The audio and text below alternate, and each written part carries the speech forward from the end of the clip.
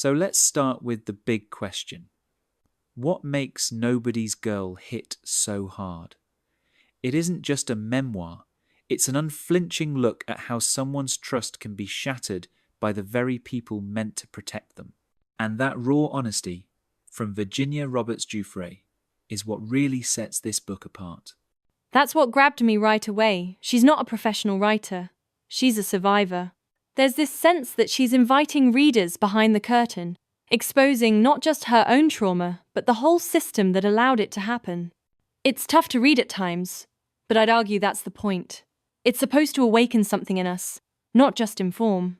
Yeah, you feel that gut punch, especially when she describes how abuse doesn't start with violence. It creeps in, disguised as opportunity or care, and that gradual slide is eye-opening. I think it pushes us to question all those assumptions about what real abuse looks like. Absolutely. And the book walks you through the mechanics of grooming in a way that feels almost uncomfortably familiar. I mean, how many times has someone offered help or mentorship only for it to come with hidden strings? It really makes you rethink how easily trust can be manipulated.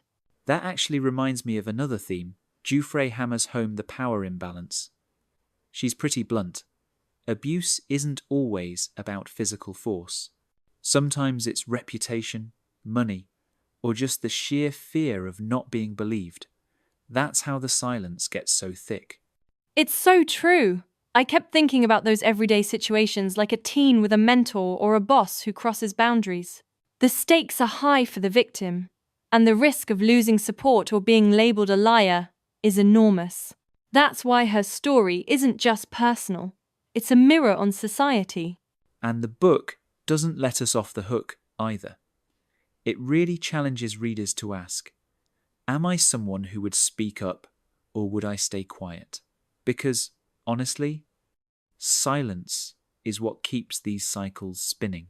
What surprised me most is how she describes that silence as a kind of invisible accomplice. It's not just the abusers themselves, but all the people who saw red flags and turned away. Makes you rethink how often we avoid uncomfortable truths. Funny you mentioned discomfort. The healing part of her story isn't some neat inspirational arc. She talks about recovery, being like learning to walk again, messy, uncertain, but powerful, because every step is a choice to reclaim your life. That resonated with me too. There's this idea that survivors should just move on. But Giuffre lays bare how non-linear and personal the process is.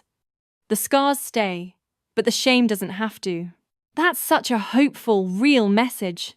And I love how she flips the script. Empowerment isn't just about big public moments, but those private victories where you stop blaming yourself, even for a second. That's something anyone can relate to. Exactly, and it ties into her bigger point. When you stop carrying shame that wasn't yours to begin with, you start to see just how strong you really are. It's not linear progress, but it's progress all the same. So, where does that leave the rest of us?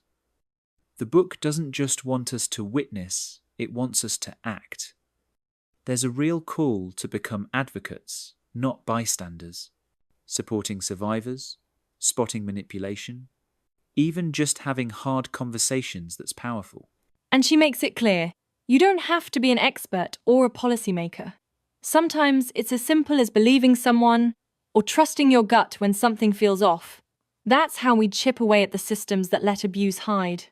Yeah, and her story is proof that using your voice, however small it feels, can spark real change. I mean, look how much her case shifted public conversations about power and abuse. That's the ripple effect. When one person speaks out, it gives others permission to do the same.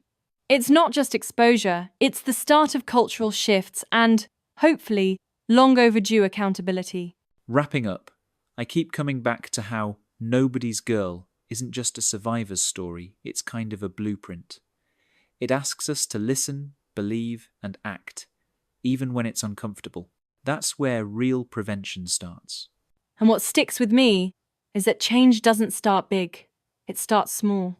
Every time we share a story, have a tough conversation, or just show empathy. We're nudging the culture toward awareness and, hopefully, justice. That's the challenge this book leaves us with.